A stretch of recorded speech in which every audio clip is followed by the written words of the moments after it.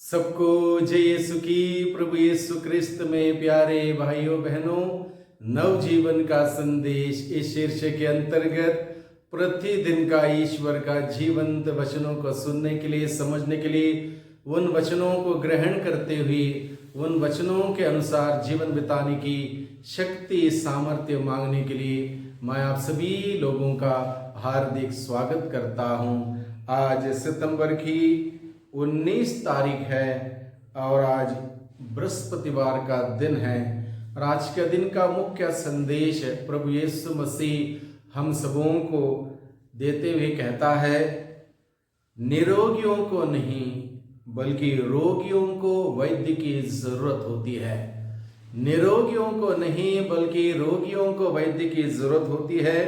मैं धर्मियों को नहीं बल्कि पापियों को पश्चाताप के लिए बुलाने आया हूं।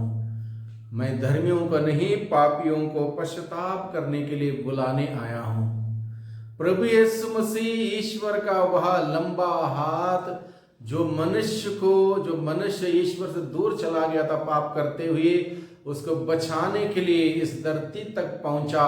और आज भी वो ईश्वर का वह लंबा हाथ हर एक पापी की ओर पसारते हुए हर पापी को पश्चाताप के साथ ईश्वर की ओर लौटने के लिए निमंत्रण देता है, बुलाता है। भाइयों बहनों, आज के दिन का मुख्य विषय हम सबों के लिए मनन चिंतन करने के लिए संत लूकस के द्वारा रचित सुसमाचार अध्याय 7 पद संख्या 36 से 50 का प्रसंग है। इस प्रसंग में हम लोग देखते हैं किसी फरीसी ने ईसा को अपने यहाँ भोजन करने के लिए निमंत्रण दिया।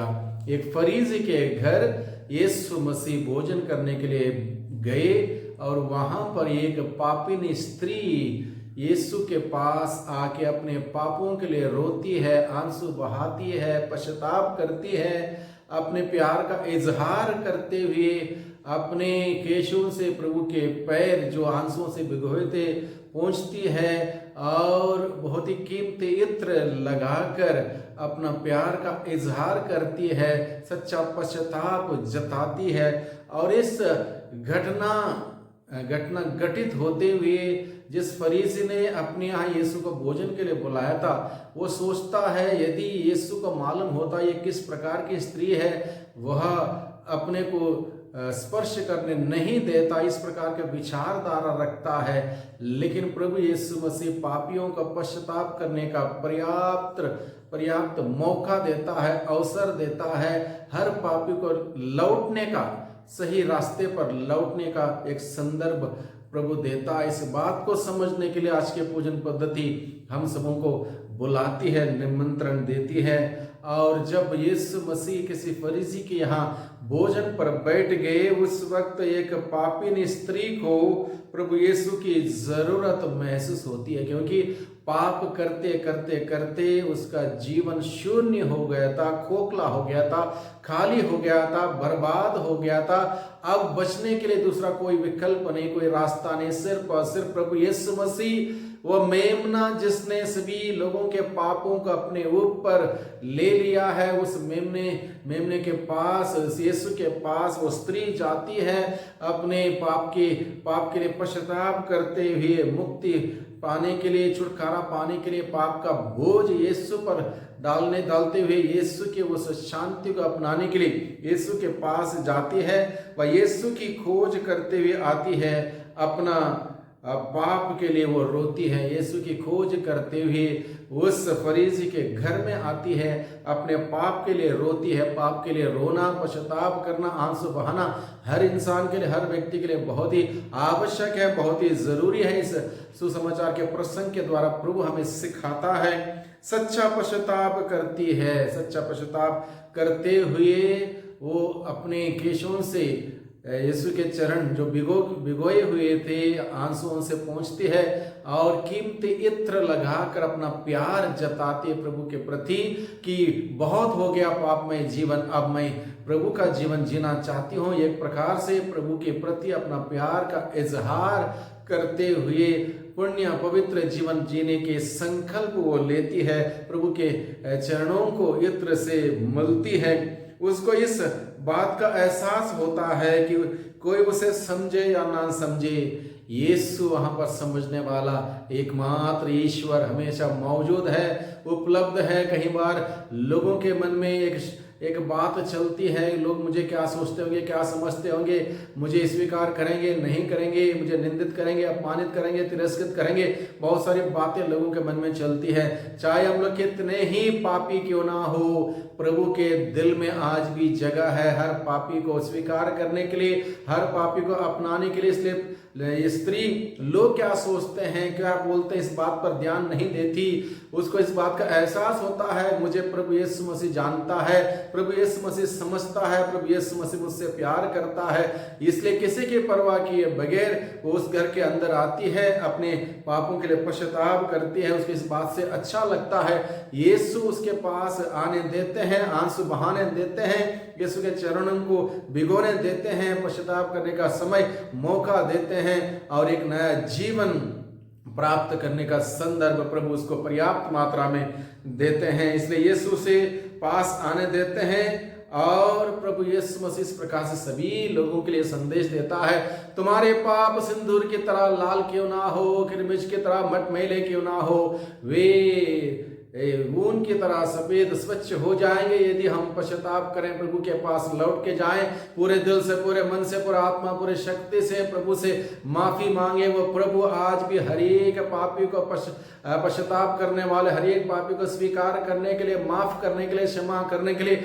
नया जीवन देने के लिए आज भी प्रभु तैयार है, इंतजार कर रहा है हर पापी का। ये संदेश आज के दिन में हम सबों को दिया जा रहा है। इसलिए प्यारे भाइयों बहनों, उस स्त्री के भांति हम भी प्रभु के पास जाएं, प्रभु की खोज करते हुए जाएं, चर्च जाएं, पुरोहित को खोज करते हुए जाएं, सच्चा पश्चाताप करें, अच्छा पाप स्वीकार करें, पूरा मन पूरा दिल प्रभु के सामने खोल के रखें। जो कुछ भी हुआ हो, जो कुछ भी किया हो, उन सभी बातों को, जो भूल चूक से, जो आदत के अनुसार हमने किए, सारे पाप प्रभु के चरणों में रखें। प्रभु के चरणों में उस स्त्री ने अपने पाप रखे और अपने पापों के लिए पश्चाताप के आंसू बहाए।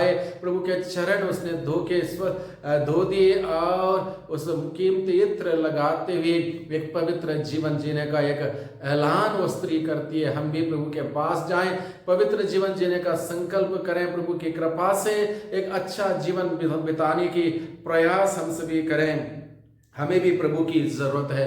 उस स्त्री को प्रभु की जरूरत महसूस हुई, प्रभु के बगैर मुझे कोई दूसरा बचा नहीं सकता। अगर प्रभु के पास मैं नहीं जाऊंगी, पश्चाताप नहीं करूंगी, मैं स्वर्ग से वंचित हो जाऊंगी। स्त्री को शायद मालूम था, इसलिए वो स्त्री बिना हिचकिचाए, बिना संकोच किए जाती है, पश्चाताप करती है, आंसू बहाती है और एक नया जीवन, यीशु का जीवन ग्रहण करती है। हम सभी पापी हैं भाइयों बहनों, मुझे और आपको यीशु की जरूरत है, यीशु के पास जाने की जरूरत है, पश्चाताप करने की जरूरत है। अपने पापों के लिए पश्चाताप करते हुए यीशु के पास जाने की जरूरत है। कोई मुझे समझे ना समझे, यीशु हमें समझते हैं, यीशु हमें अपने पास आने देते हैं। यीशु पश्चाताप का मौका दे रहे हैं। मौके को ना जाने दे, ना गवाएं, बल्कि जो उचित मौका मिला है हम प्रभु के पास जाएं, प्रभु के पास जाके पश्चाताप करें, पश्चाताप व पाप स्वीकार का वरदान हम मांगे, पश्चाताप और पाप स्वीकार का वरदान मांगे, ना केवल स्वयं के लिए बल्कि सभी लोगों के लिए। आज के दिन में लोग पश्चाताप नहीं करते, पाप स्वीकार नहीं करते,